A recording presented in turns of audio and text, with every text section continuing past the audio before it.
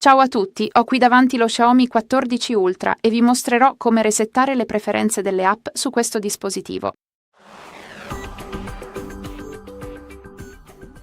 Iniziamo aprendo le impostazioni, poi scorriamo verso il basso fino a trovare la sezione dedicata alle app.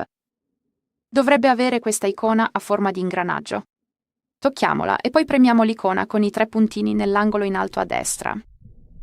Ora apriamo le altre impostazioni. Come vedete c'è l'opzione per resettare le preferenze delle app, quindi basta toccarla. Qui il dispositivo vi informerà su cosa verrà effettivamente resettato. Tra le altre cose, le notifiche disattivate e le restrizioni sui dati in background. Inoltre, non preoccupatevi, non perderete i dati delle app, quindi premete su Ripristina app. E fondamentalmente questo è tutto. Bene, questo è quanto. Grazie mille per la visione.